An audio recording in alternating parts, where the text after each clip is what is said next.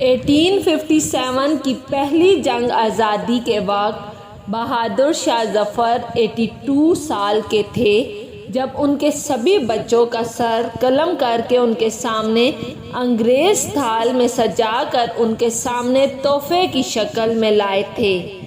Major Hudson نے ان کے چاروں لڑکوں مرزا غلام، مرزا خضر سلطان، مرزا ابو بکر اور مرزا عبداللہ کو بھی قید کر لیا۔ میجر ہڈسن نے سبھی چاروں صاحبزادوں کا سر کاٹا اور ان کا گرم خون چلو سے پی کر ہندوستان کو آزاد کرانے کی چاہ رکھنے والوں کے خلاف انگریزوں کے وحشیانہ عزائم کا اعادہ کیا۔ بہادر شاہ ظفر نے اپنے بیٹوں کے کٹے ہوئے سروں کو اپنے ہاتھوں میں لے کر درد بھرے الفاظ میں ان کے لیے دعا کرتے ہوئے کہا، تیمور کی اولاد ایسے ہی سرخرو ہو کر باپ کے سامنے اپنا فرض ادا کرتے ہیں۔ اس کے بعد شہزادوں کے دھر کوتوالی کے سامنے اور کٹے ہوئے سروں کو خونی دروازے پر لٹکا دیا گیا۔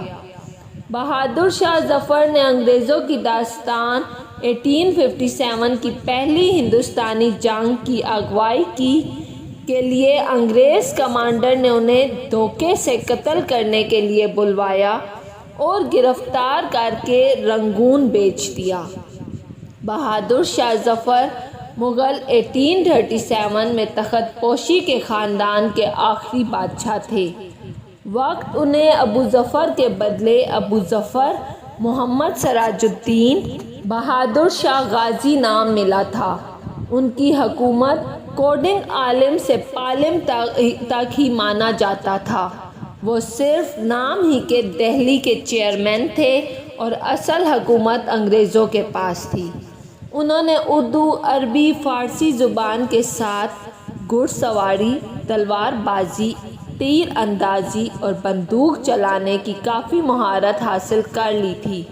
وہ ایک اچھے صوفی درشن کے جانکار فارسی میاں صالح خان میں ادیب و شاعر 1857 تک حکومت کے کام کاج سنبھالتے رہے تھے۔ وہ انگریزوں نے ان پر حکومتی مجرم اور فوجیوں کے قتل کے الزام میں عدالت کے ذریعے مقدمہ چلایا۔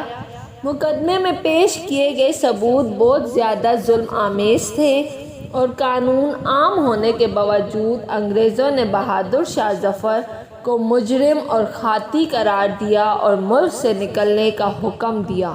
82 سال ہندوستان چارگی ملک دوست دیندار بزرگ دھرتی ماں کے لاڈلے بہادر شاہ ظفر پر حیرت انگیز مقدمے میں انہیں زندگی بھر کے لیے رنگون سونپا۔ 1858 اکتوبر میں بیچ دیا گیا۔ اس طرح دیش کے ایک محب وطن نے ملک سے دور رہ کر بھی ملک کی آزادی کے لیے خود کو قربان کرتے ہوئے اپنے قلم سے آزادی کی لڑائی کو جاری رکھا۔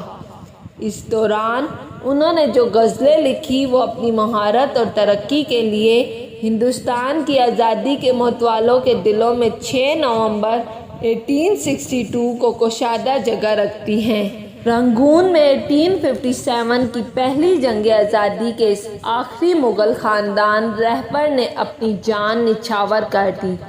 اگر آپ کو میری ویڈیو پسند آئی ہے تو لائک اور سبسکرائب لازمی کیجیے گا۔